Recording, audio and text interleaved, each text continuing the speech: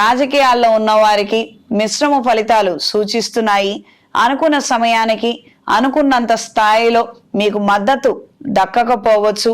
మళ్ళీ పునర్ప్రయత్నాలు చేయడము, కాస్త అంశాలను పోస్ట్ పోన్ చేసి మళ్ళీ చేసే ప్రయత్నాలలో మంచి సానుకూలమైన వాతావరణాన్ని దక్కించుకోగలుగుతారు. ఆధ్యాత్మిక సంబంధమైన అంశాలు, సభలు, సమావేశ ఏర్పాట్లలో చురుగ్గా పాల్గొనగలుగుతారు. ప్రయోజనాలను దక్కించుకోగలుగుతారు. కళా సాంస్కృతిక రంగాల్లో ఉన్న వారికి కాలం అనుకూలంగా ఉంటుంది. కొద్దిగా అన్నట్టుగా గత సంవత్సరంతో పోల్చుకుంటే ఈ సంవత్సరం కొన్ని అవకాశాలు రావడం, చేతిలో ధనం నిలిచే విధంగా పరిస్థితిలో మార్పులు ఏర్పడతాయి. వీటికి సంబంధించిన శుభవార్తని మీరు వినగలుగుతారు. ఆరోగ్య విషయంలో తగు జాగ్రత్తలు అవసరం. నిర్లక్ష్యం మాత్రం పనికిరాదు. ఈ వారం స్త్రీలకు మీ పేరు మీద చేసే వ్యాపారాలలో మంచి ధనాదాయాన్ని అందుకోగలుగుతారు. పేరు కూడా పెరుగుతుంది. ప్రజా సంబంధ బాంధవ్యాలతో కూడినటువంటి వ్యాపారాలలో మంచి మార్పులు ఏర్పడతాయి.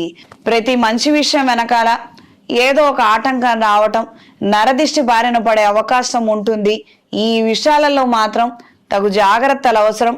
ఎవరికైనా సరే మీ క్రయ విక్రయాల గురించి కావచ్చు, ధనాదాయం గురించి కావచ్చు, పరిస్థితులు మంచిగా ఉన్నా చెడుగా ఉన్నా ఏమీ చెప్పద్దు. మీరు బాగున్నారన్నా ఏడ్చేవాళ్ళు అలానే ఉంటారు. మేము బాలేమని చెప్పినా కూడా మిమ్మల్ని చూసి ఏడ్చేవాళ్ళు కూడా ఉంటారు.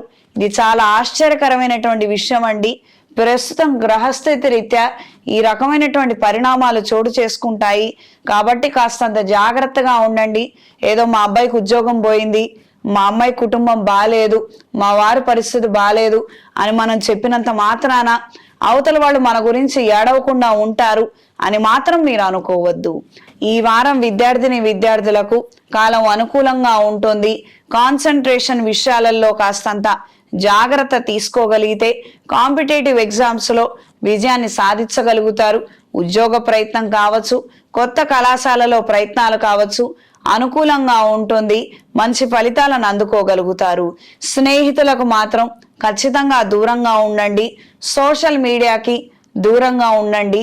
అసత్య ప్రచారాల ద్వారా మీరు మోసపోయే అవకాశం ఉంటుంది.